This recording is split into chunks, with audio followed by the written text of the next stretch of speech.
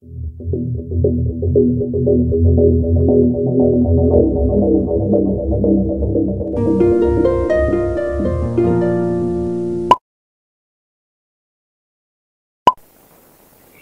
semua, apa kabar?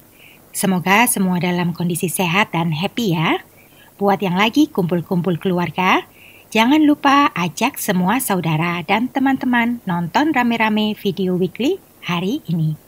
Jangan lupa siapin camilannya dulu.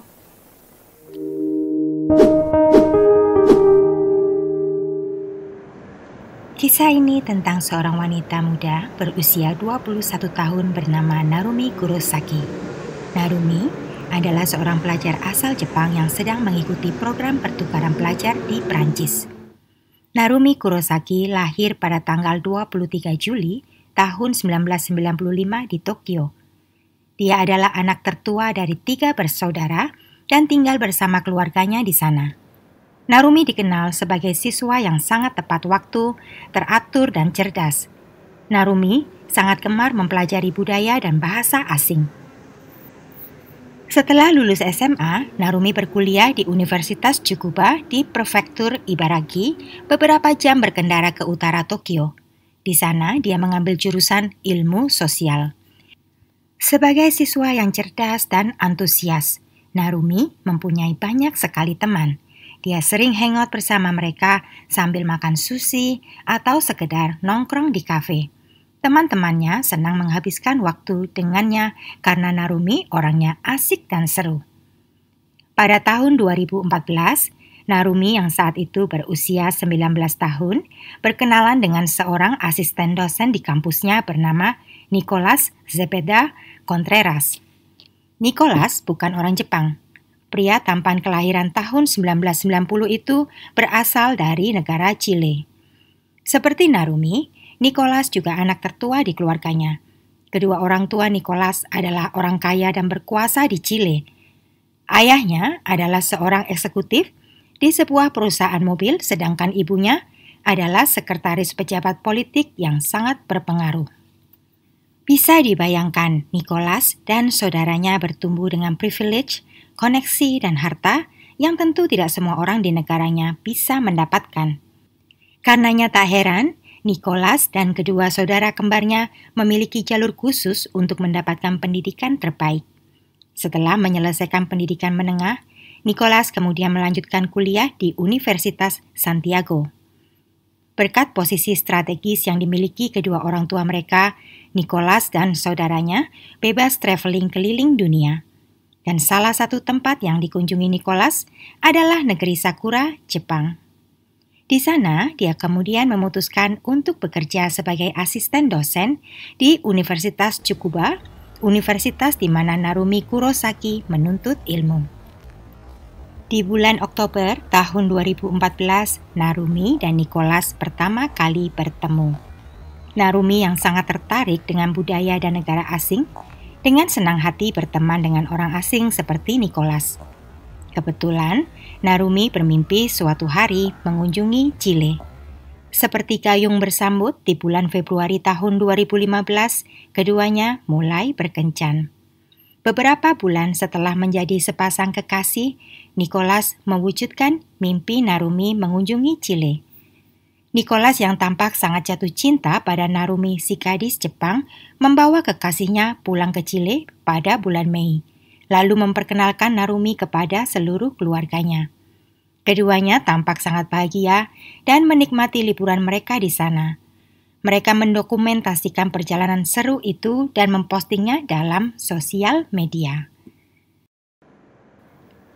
Sayangnya di akhir tahun 2015, Nicolas dan Narumi harus terpisah oleh jarak. Saat Nicolas harus kembali ke tanah airnya. Sejak saat itu, keduanya menjalani hubungan jarak jauh alias LDR. Buat yang sudah pernah menjalani hubungan jarak jauh tentu paham betapa sulitnya. Begitupun yang dialami oleh Narumi dan Nicolas. Bukan hanya karena jarak yang memisahkan, namun kendala perbedaan zona waktu, masalah kepercayaan, dan berbeda gaya hidup menambah tekanan pada hubungan mereka. Saat itu, Nicolas mulai merasa Narumi semakin menjauhi dirinya.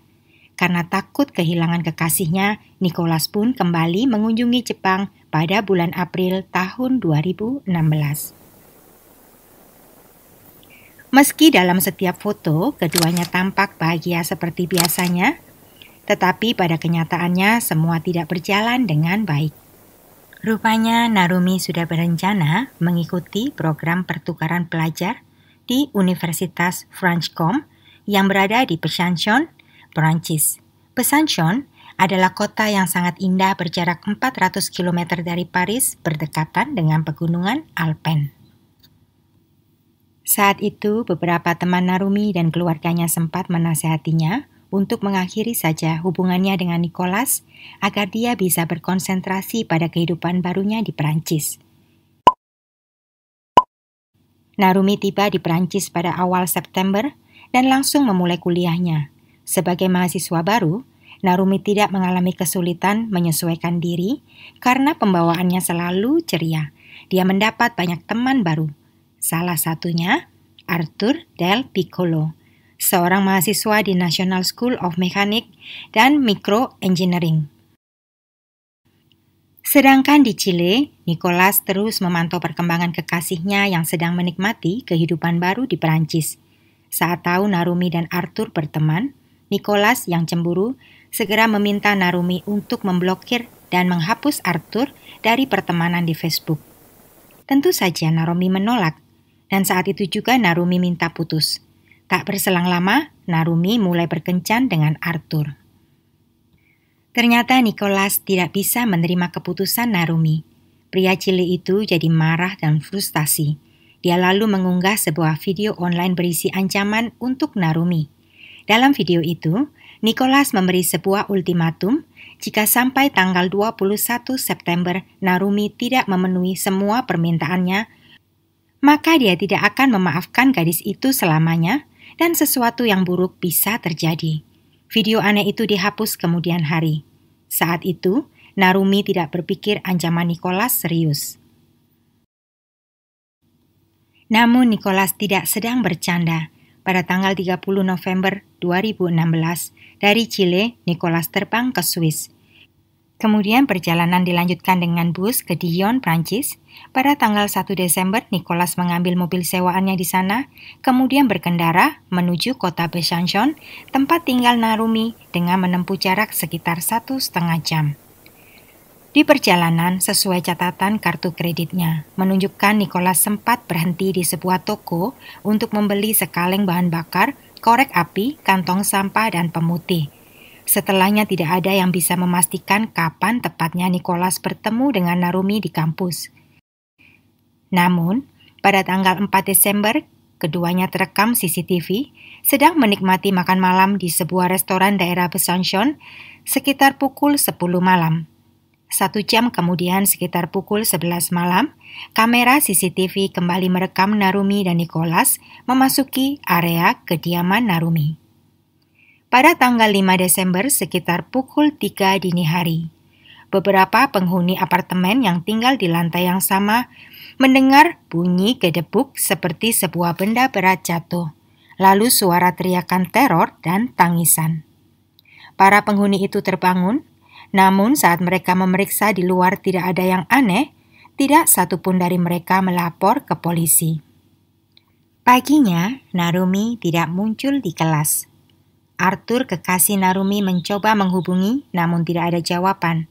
Teman-temannya menerima SMS dari Narumi yang mengatakan dia harus pergi ke kedutaan untuk mengurus paspornya yang sedikit bermasalah. Keluarga dan teman-temannya di Jepang juga menerima pesan SMS yang aneh dari Narumi. Akhirnya pada tanggal 14 Desember, 10 hari sejak Narumi terakhir kali terlihat, pihak sekolah melaporkan dia menghilang pada pihak kepolisian. Meski awalnya polisi sempat mencurigai Arthur, kekasih baru Narumi, namun pria itu memberikan informasi tentang Nicholas, sang mantan, yang sering meneror Narumi. Polisi kemudian memasuki kamar Narumi. Dalam apartemen itu, dompet berisi uang milik gadis itu dan satu-satunya mantel musim dingin milik Narumi masih berada di dalam. Tetapi selimut, koper, paspor Narumi, dan ponselnya menghilang. Hal itu menunjukkan Narumi pergi atas paksaan atau sesuatu yang buruk menimpanya. Setelah tim forensik meneliti apartemen itu, ditemukan sidik jari pada cangkir kopi yang ternyata identik dengan Nicholas. DNA Nicholas tersebar di beberapa benda dalam kamar Narumi, wastafel dan lantai kamar mandi. Ditemukan bercak darah pada pintu darurat apartemen yang berada di bagian belakang gedung yang ternyata milik Narumi. Pihak berwenang lalu mengumpulkan rekaman CCTV di berbagai tempat yang membuktikan Nicholas merupakan orang terakhir yang melihat Narumi dalam keadaan hidup. Didapat informasi bahwa mobil sewaan Nicholas dikembalikan dalam kondisi penuh lumpur. Tidak ada aktivitas kartu ATM ataupun pada rekening bank sejak Narumi terakhir kali terlihat. Berdasarkan semua bukti-bukti itu, polisi menduga Nicholas telah secara paksa menghilangkan nyawa Narumi Kurosaki dan pria Chile itu ditetapkan sebagai tersangka utama. Sayangnya, saat itu Nicholas sudah lama pulang ke Chile. Pria itu meninggalkan Prancis sekitar tanggal 7 Desember dan langsung menuju Spanyol untuk mengunjungi sepupunya. Pada tanggal 12 Desember, 2 hari sebelum Narumi dilaporkan menghilang, Nicholas bertolak dari Swiss menuju Chile. Kepolisian Prancis kemudian bekerja sama dengan kepolisian internasional dan menetapkan Nicholas sebagai buruan atas dugaan penculikan dan penghilangan nyawa Narumi. Proses penangkapan Nicholas Cepeda sangat rumit karena melibatkan unsur 2 negara, bahkan 3, karena Narumi berkewarganegaraan Jepang. Usaha kepolisian Prancis membawa Nicholas kembali ke Prancis memakan waktu sekitar 3 tahun lamanya.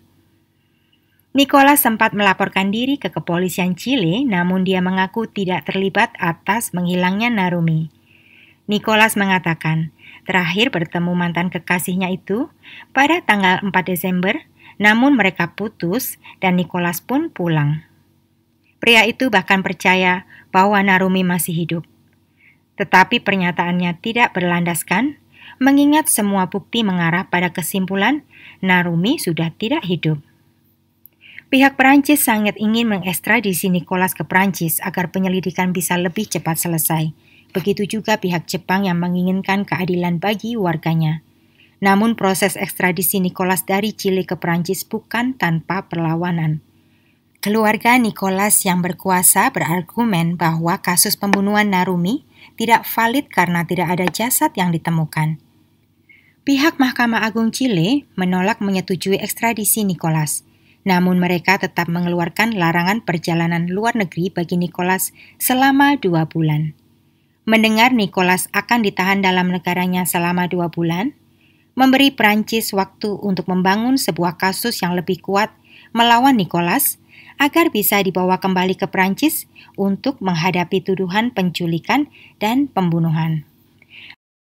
Pada Mei tahun 2018, Mahkamah Agung Chile menyetujui permohonan ekstradisi Nicholas. Akhirnya, pada bulan Juli tahun 2020, pria berusia 29 tahun itu mendarat di Prancis dan langsung didakwa atas penculikan serta penghilangan nyawa Narumi Kurosaki. Pihak penyidik Prancis percaya Nicholas Cepeda telah dengan sengaja menghilangkan nyawa kekasihnya akibat terbakar api cemburu.